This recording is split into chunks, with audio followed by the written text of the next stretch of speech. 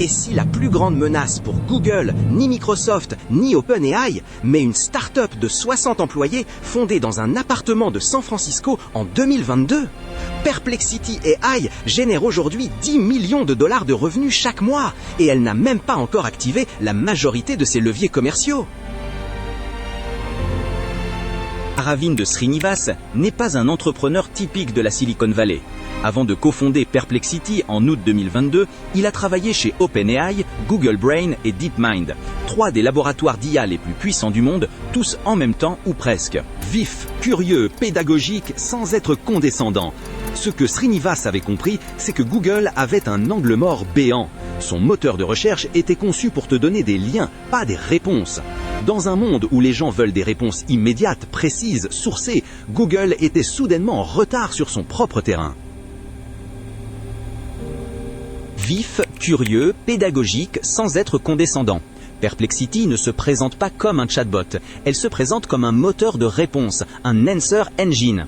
Concrètement, tu poses une question, elle synthétise les meilleures sources du web en temps réel, te donne une réponse structurée avec des citations vérifiables et te propose des questions de suivi. La traction a été stupéfiante. En janvier 2023, Perplexity comptait à peine 1 million d'utilisateurs actifs.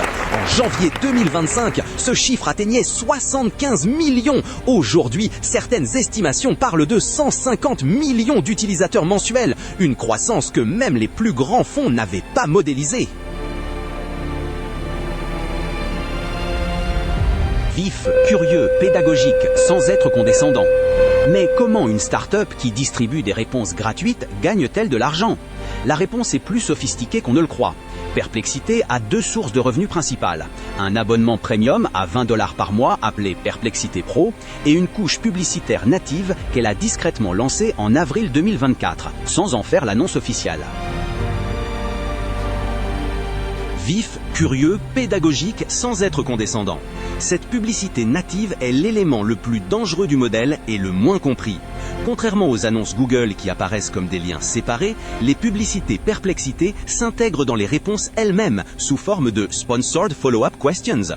Les marques ne payent pas pour un clic, elles payent pour être la question suivante que l'utilisateur pose. Pour financer cette ambition, Perplexity a levé 520 millions de dollars en novembre 2024, valorisant la start-up à 9 milliards de dollars. Parmi les investisseurs, Jeff Bezos en personne, SoftBank, Nvidia et le fonds souverain de l'Arabie Saoudite. Ce n'est plus une start-up qu'on surveille, c'est une infrastructure stratégique qu'on sécurise.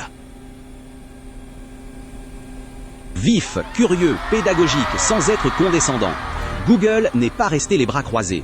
En mai 2024, lors de son Google I.O. annuel, la firme de Mountain View a présenté en urgence ses AI Overviews, des réponses générées directement dans les résultats de recherche.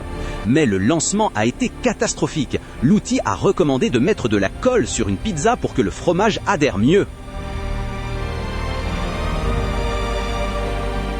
Vif, curieux, pédagogique, sans être condescendant.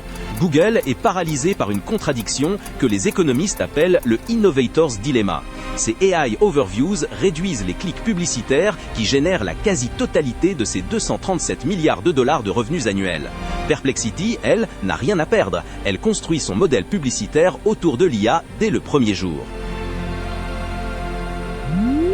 Voici la révélation que presque personne n'a mentionnée. En mars 2025, Perplexity a signé des accords de distribution avec 3 fabricants de smartphones en Asie du Sud-Est pour préinstaller son application en remplacement de Google Search.